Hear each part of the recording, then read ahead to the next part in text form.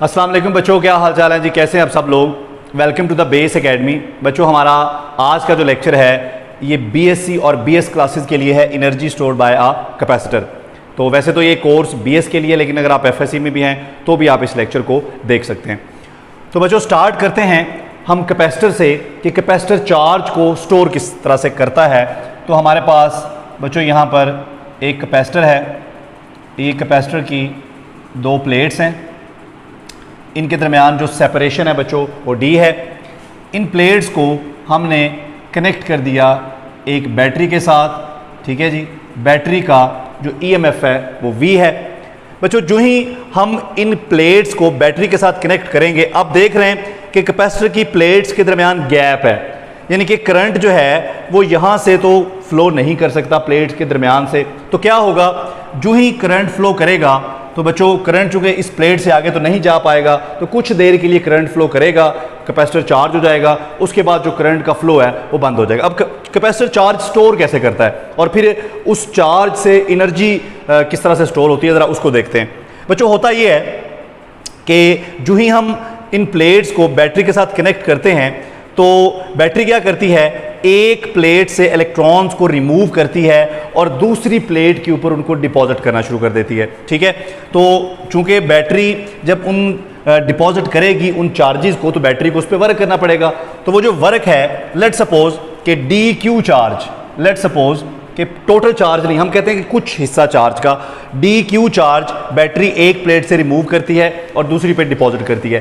तो D Q charge को deposit करने के लिए पहले हम देखते हैं कि बैटरी को कितना वर्क करना पड़ेगा, फिर हम देखेंगे कि अगर टोटल चार्ज जितना कैपेसिटर स्टोर कर सकता है, अगर उतना चार्ज बैटरी ने रिमूव करके दूसरी प्लेट पर डिपॉजिट करना हो तो उस पर बैटरी को कितना वर्क करना पड़ेगा। तो पहले हमने सपोज किया है सिर्फ डी क्यू चार्ज के लिए, तो देखते हैं कि बैटरी को कितना वर्क करना पड़ता है। वो जो वर्क की हमने डेफिनेशन पढ़ी है, ठीक है जी, हमने पढ़ा electric potential is equal to work done per unit charge, ठीक है।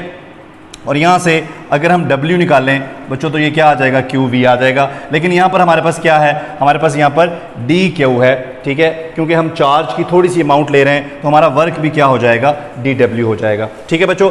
अब ये चार्ज जब यहाँ पर आकर स्टोर होगा, देखें तो चूंकि एक प्लेट से हम इलेक्ट्रॉन रिमूव कर रहे हैं तो इस प्लेट पर पॉजिटिव चार्ज आएगा और दूसरी प्लेट के ऊपर नेगेटिव चार्ज आएगा। बच्चों ये जो वर्क किया है बैटरी ने वो इलेक्ट्रिक फील्ड के अगेंस्ट किया है, ठीक है, इसलिए ये वर्क इन चार्जेस के अंदर स्टोर हो जाएगा एज अ पोटेंशियल एनर्जी, ठीक है। तो बच्चों इस DW को हम क्या लिख सकते हैं, DU भी लिख सकते हैं, U से मुराद पोटेंशियल एनर्जी है। तो ये हमारे पास बन गया जी VDQ। इसका मतलब है कि इन चार्जेस के अंदर जो वर्क बैटरी कर रही है वही वर्क इन चार्जेस के अंदर क्या हो रहा है, as a potential energy store हो रहा है। क्योंकि जब भी कोई नया चार्ज यहाँ पर आएगा तो हमने बैटरी ने उसे मूव करवाना है अगेंस्ट द इलेक्ट्रिक फील्ड। सो जब अगेंस्ट द फील्ड आप किसी चार्ज को मूव कराएंगे तो उसमें पोटेंशियल एनर्जी स्टोर होगी, और अगर वो चार्ज फील्ड की डायरेक्शन में मूव करेगा तो वो काइनेटिक एनर्जी गेन करेगा। क्योंकि हम अब फील्ड के अगेंस्ट मूव करवा रहे हैं तो हमारे चार्जेस पोटेंशियल एनर्जी गेन कर रहे हैं, जिसे हम कहेंगे इलेक्ट्रिक पोटेंशियल एनर्जी।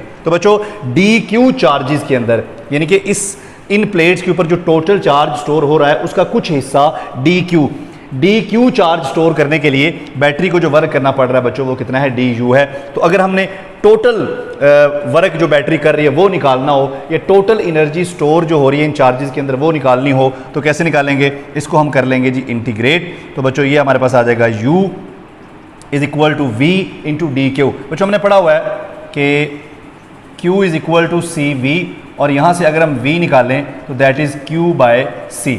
तो बच्चों यहाँ पर V की जगह हम पुट कर सकते हैं Q by C into DQ। ये C जो है कांस्टेंट है, इसको बाहर निकाल लें तो बच्चों U is equal to Q into DQ। अब इसकी इंटीग्रेट करें तो U हमारे पास आ गया 1/C। बच्चों Q की इंटीग्रेशन क्या आएगी, Q स्क्वायर ओवर 2। तो हमारे पास जो एनर्जी स्टोर है किसके बराबर आ गई, ये आ गई Q स्क्वायर बाय 2C। तो बच्चों ये total energy store by the capacitor in the form of potential energy. बच्चों जब एक प्लेट पर पॉजिटिव चार्ज होगा दूसरी प्लेट के ऊपर नेगेटिव चार्ज होगा, तो इन चार्जेस के दरमियान एक इलेक्ट्रिक फील्ड भी डेवलप हो जाएगा जो कि स्टार्ट हो रहा है पॉजिटिव चार्ज से और एंड हो रहा है नेगेटिव चार्ज पे। अब अगर हम बैटरी को हटा भी लेंगे तो ये चार्ज स्टोर ही रहेगा यहाँ पर इस कैपेसिटर के ऊपर, और अगर हम यहाँ पर कोई लोड लगा दें, यानी कि मैं यहाँ पर कोई बल्ब लगा दूं, तो ये जो एनर्जी स्टोर की है इन चार्जेस ने, वो इलेक्ट्रिकल एनर्जी वो इस बल्ब को प्रोवाइड करेंगे, दूसरे लफ्ज़ों में ईएमएफ प्रोवाइड करेंगे, जिसके नतीजे में ये बल्ब ग्लो करना शुरू कर देगा। इसका मतलब है कि अगर मैं बैटरी हटा भी दूं तो इन प्लेट्स पर चार्ज स्टोर रहता है। क्यों स्टोर रहता है? क्योंकि इन दोनों चार्जेस के दरमियान एक तरफ पॉजिटिव चार्ज है, एक तरफ नेगेटिव चार्ज है।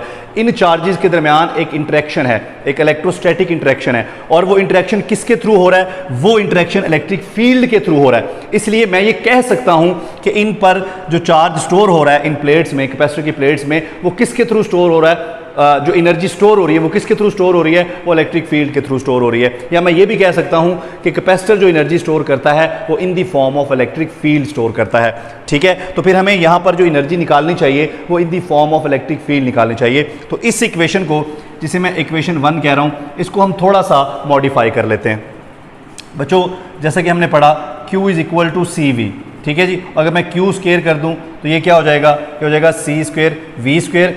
तो U हमारे पास क्या आ गया जी? Q स्क्वायर की जगह C square V square over 2C, जो C से C कैंसिल हो गया, तो पोटेंशियल एनर्जी हमारे पास बराबर आ गई 1/2 CV स्क्वायर। इसे इक्वेशन 2 कह लें। अब इस इक्वेशन से हमने एनर्जी को लिखना है इलेक्ट्रिक फील्ड की फॉर्म में, ठीक है, क्योंकि हम कह रहे हैं कि एनर्जी जो है वो in the form of electric field store हो रही है। तो अब ज़रा इलेक्ट्रिक फील्ड की फॉर्म में इस एनर्जी को लिखते हैं। बच्चों, capacitance of a parallel plate capacitor किसके बराबर होती है? ये बराबर होती है A epsilon naught over D, और V किसके बराबर होता है बच्चों? पोटेंशियल ग्रेडियंट वाले रिलेशन से V किसके बराबर होता है? ये E D के बराबर होता है, क्योंकि E बराबर होता है V ओवर D, और यहाँ से V निकालें तो ये E D के बराबर आएगा। बच्चों, ये वैल्यूज़ यहाँ पुट कर दें। Energy is equal to 1/2 C की जगह आ जाएगा A epsilon naught over D, और मल्टीप्लाई बाय V स्क्वायर की जगह आ जाएगा बच्चों E square into D square. अब ये D से D कैंसिल हो गया, तो potential energy is equal to 1/2 A epsilon naught into E square D. तो बच्चों ये देखें, हमने पोटेंशियल एनर्जी जो स्टोर हुई थी उसको हमने in the form of electric field भी कैलकुलेट कर लिया।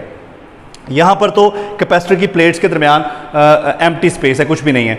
लेकिन फ़र्ज़ करें कि मैं कैपेसिटर की प्लेट्स के दरमियान कोई डाई इलेक्ट्रिक रख देता हूँ, कोई इंसुलेटर मटेरियल रख देता हूँ जिसका डाई इलेक्ट्रिक कॉन्स्टेंट के हो, तो उस सूरत में ये जो एनर्जी है इसकी वैल्यू इंक्रीज़ हो जाएगी, और ये एनर्जी हो जाएगी 1/2 K A epsilon naught into E square D.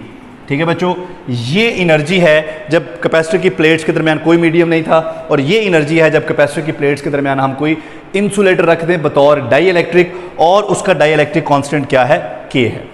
तो बच्चों ये है energy store by the capacitor. अब यहाँ से हम एनर्जी डेंसिटी भी निकाल सकते हैं, तो चलें हम निकाल लेते हैं जी एनर्जी डेंसिटी। बच्चों एनर्जी डेंसिटी क्या होती है? Energy per unit volume. ठीक है बच्चों, एनर्जी हमारे पास क्या आई है? 1/2 A epsilon not E square D, और वॉल्यूम कैपेसिटर का जो एरिया है बच्चों वो A है, और किसी भी एक कैपेसिटर का जो एरिया है उसकी प्लेट्स का वो A है, और सेपरेशन क्या है उनके दरमियान D है। तो वॉल्यूम क्या बन जाएगा बच्चों? वॉल्यूम बन जाएगा A मल्टीप्लाई बाय D। तो बच्चों ये देखें A और D क्या हो जाएंगे? कैंसिल। तो एनर्जी डेंसिटी हमारे पास आ जाएगी 1/2 एप्सिलॉन नॉट ई स्क्वायर। तो बच्चों ये हमारे पास आ गई एनर्जी डेंसिटी। ये एनर्जी डेंसिटी उस वक्त है जब कैपेसिटर की प्लेट्स के दरमियान एम्प्टी स्पेस है। अगर कैपेसिटर की प्लेट्स के दरमियान मैं कोई डाई इलेक्ट्रिक रख दूं तो उस सूरत में जो एनर्जी डेंसिटी है बच्चों वो क्या होगी? 1/2 K epsilon not E square. तो बच्चों ये एनर्जी डेंसिटी उस वक्त है जब कैपेसिटर की प्लेट्स के दरमियान कोई डाई इलेक्ट्रिक है, और ये एनर्जी डेंसिटी उस वक्त है जब प्लेट के दरमियान कुछ भी नहीं है, एम्प्टी स्पेस है। तो बच्चों इसके साथ ही हमारा ये लेक्चर एनर्जी वाला कंप्लीट हुआ कि कैपेसिटर किस तरह से एनर्जी स्टोर करता है और मैथमेटिकली हम उसे कैसे लिख सकते हैं। इंशाल्लाह मिलते हैं नेक्स्ट लेक्चर में। थैंक यू, अल्लाह हाफ़िज़।